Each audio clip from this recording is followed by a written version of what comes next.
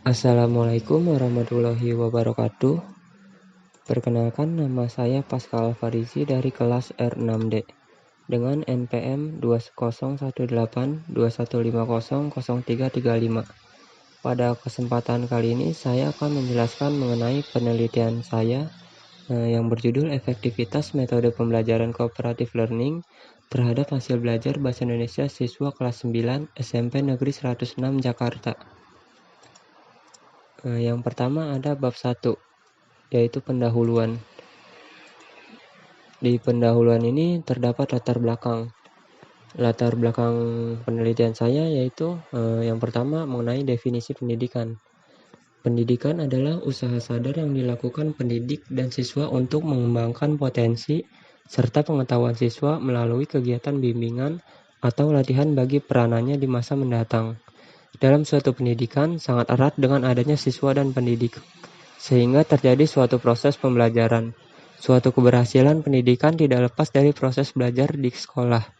Maka dari itu, sekolah merupakan salah satu pelaksana pendidikan yang dominan dalam keseluruhan organisasi pendidikan di samping keluarga dan masyarakat. Belajar dan mengajar merupakan dua konsep yang tidak bisa dipisahkan satu sama lain. Belajar menunjuk pada apa yang harus dilakukan seseorang sebagai subjek yang menerima pelajaran atau sasaran didik. Sedangkan mengajar menunjuk pada apa yang harus dilakukan oleh guru sebagai pengajar. Dalam pembelajaran bahasa Indonesia, siswa akan diajarkan mengenai keterampilan berbahasa. Keterampilan berbahasa terdiri dari 4 aspek, yaitu menyimak atau mendengarkan, berbicara, membaca, dan menulis. Pembelajaran aspek keterampilan berbicara di sekolah diarahkan untuk membekali siswa, salah satunya untuk meningkatkan keterampilan berbicara. Menurut Maidar tahun 1988 halaman 36, keterampilan berbicara dapat dikembangkan melalui berbagai bentuk, di antara lain melalui diskusi, bercakap-cakap, konversasi, wawancara, pidato, bercerita, dan sebagainya.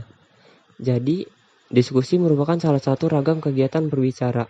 Melalui pembelajaran berdiskusi, siswa diharapkan mampu menyampaikan gagasan, ide, pikiran, perasaannya kepada guru, teman, serta orang lain.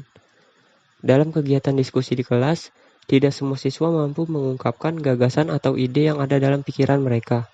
Selain itu, keberanian dalam menyampaikan pendapat di depan umum pun masih kurang. Oleh karena itu, guru harus mengatasinya dengan menerapkan suatu metode pembelajaran yang tepat.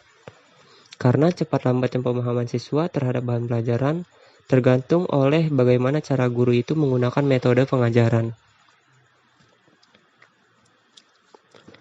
Metode mengajar merupakan sarana interaksi guru dengan siswa dalam kegiatan belajar mengajar. Metode pembelajaran yang baik adalah metode yang mampu membawa siswa untuk mencapai suatu tujuan pendidikan dan melatih kemampuan siswa dalam berbagai kegiatan. Untuk memilih suatu metode mengajar perlu memperhatikan beberapa hal, seperti materi yang akan disampaikan, tujuan pembelajaran, waktu yang tersedia, dan banyaknya siswa, serta hal lain yang berkaitan dengan proses belajar mengajar. Salah satu dari metode pembelajaran itu yaitu cooperative learning tipe debat aktif. Metode debat aktif adalah metode yang dapat meningkatkan pemikiran dan perundungan, terutama jika siswa diharapkan mengemukakan pendapat yang sesuai dengan keinginan diri mereka sendiri. Metode ini merupakan metode debat yang secara aktif melibatkan setiap siswa di dalam kelas. Menurut Zaini tahun 2008 menyatakan bahwa penggunaan metode debat dapat melatih siswa dalam mengemukakan pendapat serta bertanggung jawab atas pendapatnya. Berdasarkan hasil pengamatan yang dilakukan, peneliti memperoleh informasi bahwa siswa di SMP Negeri 106 Jakarta tidak semuanya pandai bercakap atau berdiskusi. Masih terdapat beberapa siswa yang malu-malu ataupun kurangnya kepercayaan diri maupun keberanian dalam mengungkapkan ide atau gagasannya, sehingga menyebabkan hasil belajar dari keterampilan berbicara mereka masih tergolong rendah. Melalui penggunaan metode cooperative learning tipe aktif debat, diharapkan mampu mendorong hasil belajar dalam keterampilan berbicara siswa untuk mengutarakan ide atau gagasan yang ada dalam pikiran mereka, sehingga pada saat pembelajaran bahasa Indonesia, siswa mampu untuk memahami materi dan melaksanakan praktik diskusi dengan baik, sehingga hasil yang didapatkan memuaskan. Berdasarkan dari permasalahan di atas, maka peneliti tertarik untuk meneliti seberapa besar efektivitas metode pembelajaran cooperative learning tipe aktif debat terhadap hasil belajar pelajaran bahasa Indonesia siswa kelas 9 SMP Negeri 106 Jakarta. Yang kedua ada identifikasi masalah. Di sini terdapat 4 identifikasi masalah. Pertama, apakah kesalahan penggunaan metode pembelajaran dapat menyebabkan kegagalan dari tujuan pembelajaran? Kedua, apakah penggunaan metode pembelajaran cooperative learning tipe aktif debat dapat meningkatkan hasil belajar siswa SMP Negeri 106 Jakarta? Ketiga, apakah kemampuan keterampilan berbicara siswa di SMP Negeri 106 Jakarta tergolong rendah?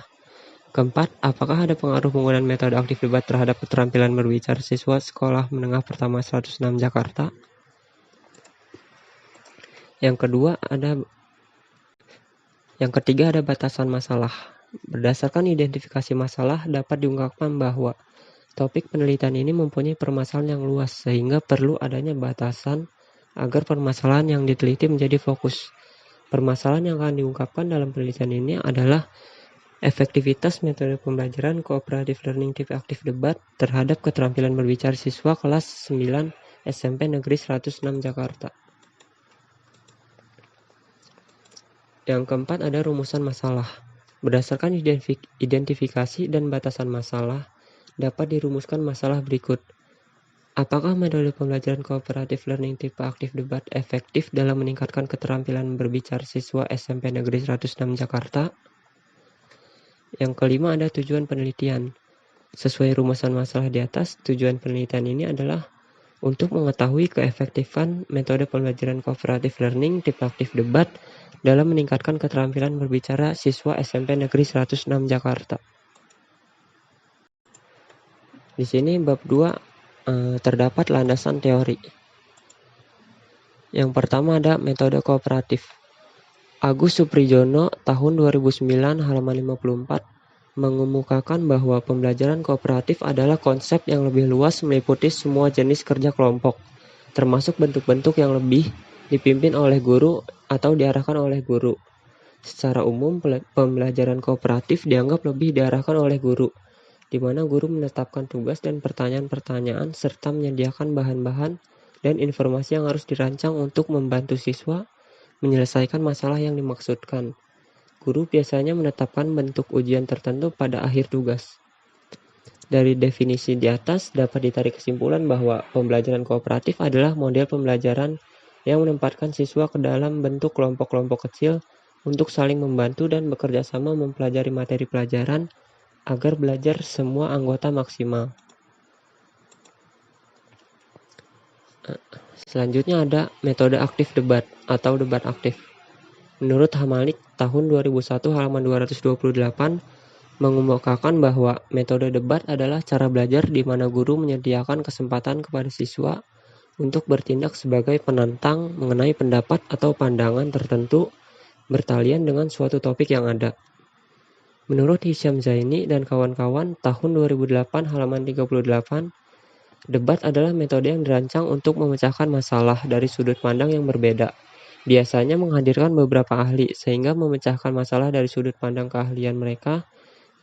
Metode ini biasanya terdiri dari diskusi antara dua belah pihak yang mempunyai pendapat yang berbeda, bahkan bertentangan, terutama berkaitan dengan masalah-masalah yang kontroversial.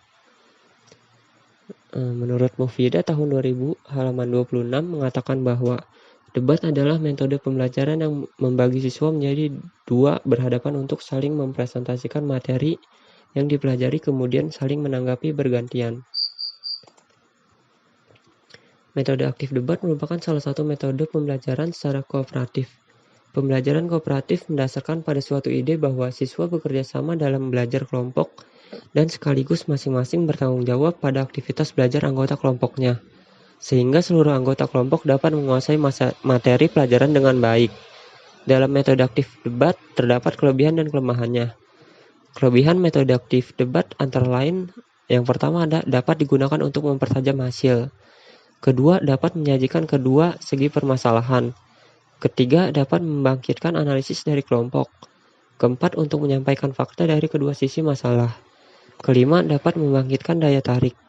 Keenam, mempertahankan daya tarik. Ketujuh, dapat dipakai dalam kelompok yang besar.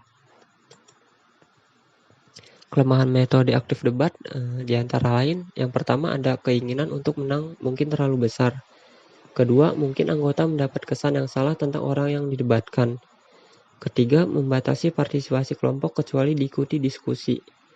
Keempat, terlalu banyak emosi yang terlibat dalam memerlukan banyak persiapan.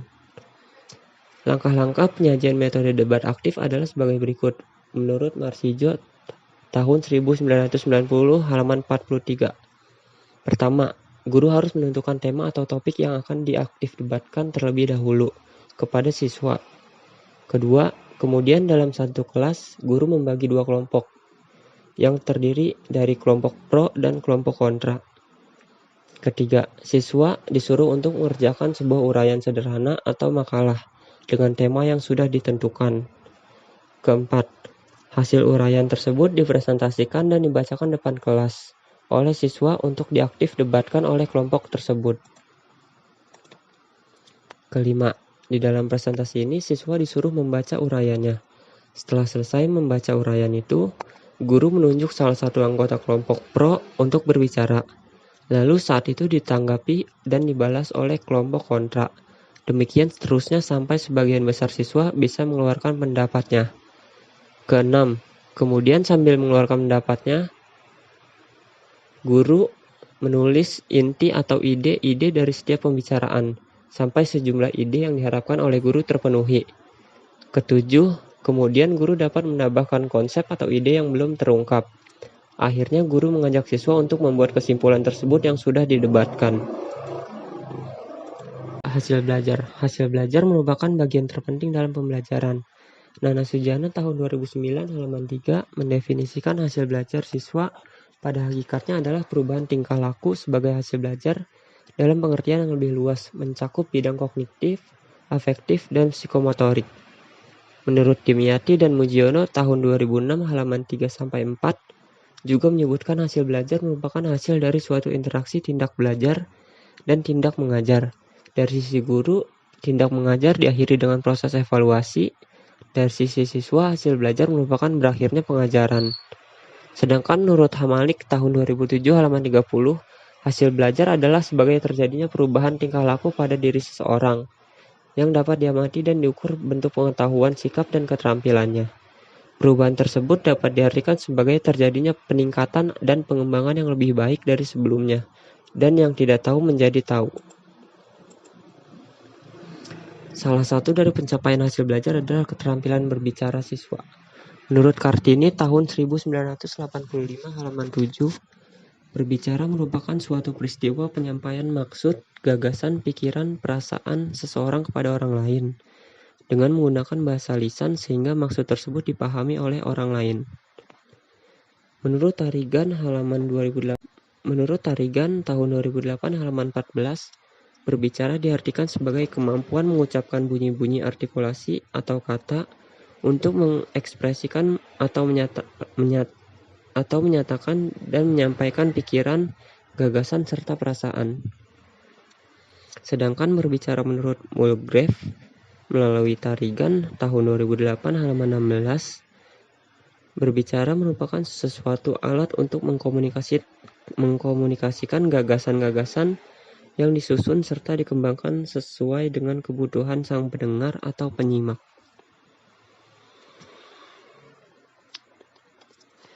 Faktor yang mempengaruhi hasil belajar. Menurut Muhammad Alisuf Sabri tahun 2010 halaman 59-60, faktor-faktor yang mempengaruhi proses dari hasil belajar siswa terbagi menjadi dua, yaitu faktor internal dan eksternal.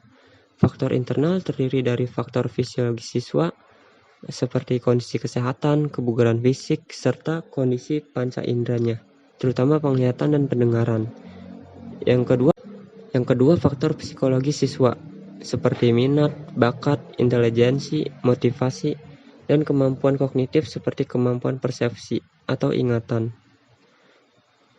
Kemudian ada faktor eksternal. Faktor eksternal terdiri dari faktor lingkungan siswa. Faktor ini terbagi menjadi dua. Yang pertama, faktor lingkungan alam, seperti suhu, kelembapan udara, waktu, letak sekolah, dan sebagainya. Kedua, faktor lingkungan sosial seperti manusia dan budayanya. Kemudian ada lagi faktor instrumental, yaitu faktor yang termasuk instrumental antara lain gedung atau sarana fisik kelas, sarana pembelajaran, media pembelajaran, guru, kurikulum atau materi pelajaran, dan strategi pembelajaran. Manfaat hasil belajar. Berdasarkan hasil belajar, peserta didik dapat diketahui kemampuan dan perkembangan sekaligus tingkat keberhasilan pendidikan dalam sekolah, sebagaimana dikemukakan oleh Susanto Ahmad tahun 2016 halaman 20. Hasil belajar harus menunjukkan perubahan keadaan menjadi lebih baik, sehingga dapat bermanfaat untuk yang pertama, menambah pengetahuan, kemudian lebih memahami sesuatu yang belum dipahami sebelumnya, lebih mengembangkan keterampilannya, memiliki pandangan yang baru atas sesuatu hal, lebih menghargai sesuatu daripada sebelumnya. Dapat disimpulkan bahwa istilah hasil belajar merupakan perubahan dari peserta didik sehingga terdapat perubahan dari segi pengetahuan, sikap, dan keterampilan. Sekian hasil pembahasan dari penelitian saya. Kurang lebihnya mohon dimaafkan. Wabillahi taufiq wal hidayah. Wassalamualaikum warahmatullahi wabarakatuh.